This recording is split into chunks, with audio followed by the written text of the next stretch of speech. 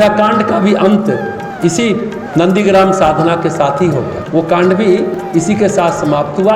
रामचरितमानस में दोहा है, चौपाई है, छंद है, सोरठा है, छप्पय है।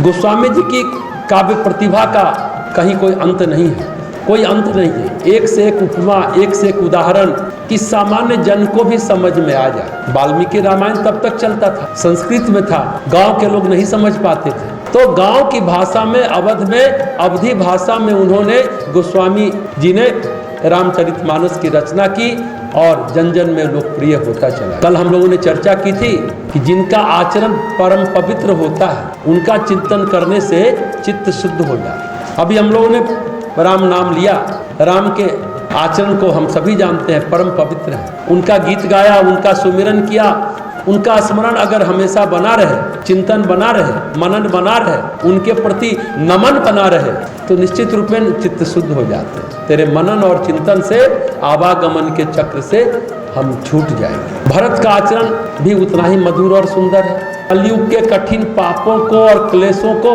हरने वाला है भरत के आचरण का अगर हम चिंतन करें। पाप रूपी समुद्र रूपी हाथी के लिए सचमुच वो सिंह के समान है उनका आचरण। संतापों का, त्रिविध तापों का नाश करने वाला, भक्तों को आनंद देने वाला, संसार के दुखों को नाश करने वाला, राम के प्रेम रूपी चंद्रमा का सार यानी अमृत है भरत जी। ऐसा चिंतन कर हम अपनी साधना को भी उछाल दे सकते हैं, ऊंचाई दे सकते हैं और जीवन में पूर्णता को प्राप्त कर सकते हैं। कल हम लोगों ने ये बातें सुनी, आज छंद से शुरू करते हैं। सिया राम प्रेम पीयूष पूरन होत, जन्मु न भरत को मुनि मन आगम, जम नियम समदम विषम व्रत आचरत को, दुख दाह दारिद दम्भ दूषण सूजस मिस अपहरत को, कलिकाल तुलसी से सठ नहीं हठी राम सन्मुख करत को। हठी राम सन्मुख करत को। सीताराम जी के प्रेम रूपी अमृत से परिपूर्ण भरत का जन्म यदि न होता,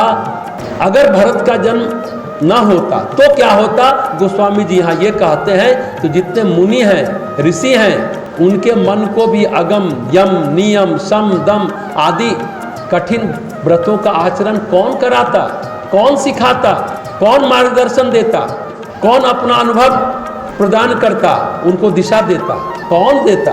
गोस्वामी जी कह रहे हैं, दुख, संताप, दरिद्रता, दंभ आदि दोषों को अपने सुयश के बहाने कौन हरण करता? जरा सी प्रशंसा होती है, अभिमान में, मद में हम फूले नहीं समाते हैं।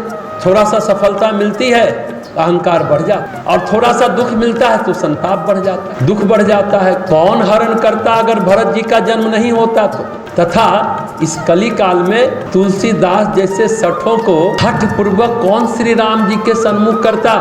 अपने बारे में ही गोस्वामी जी कह रहे हैं कि हम तो सठ हैं। परसों भी हम लोगों ने चर्चा की थी, भक्त जो होता है ना, वो अपने को सबसे पीछे रखता है। जो रियल में भक्त है, दिखावा जो नहीं करता, सचमुच वो सबसे पीछे है, अपने को छोटा, नीच समझता, अधम समझता जो भक्त होता है। तुलसीदास जी भी अपने को सठ कह रहे हैं, तो दृढ़ पूर्वक राम जी के सम्मुख कौन करता अगर भरत जी नहीं होते?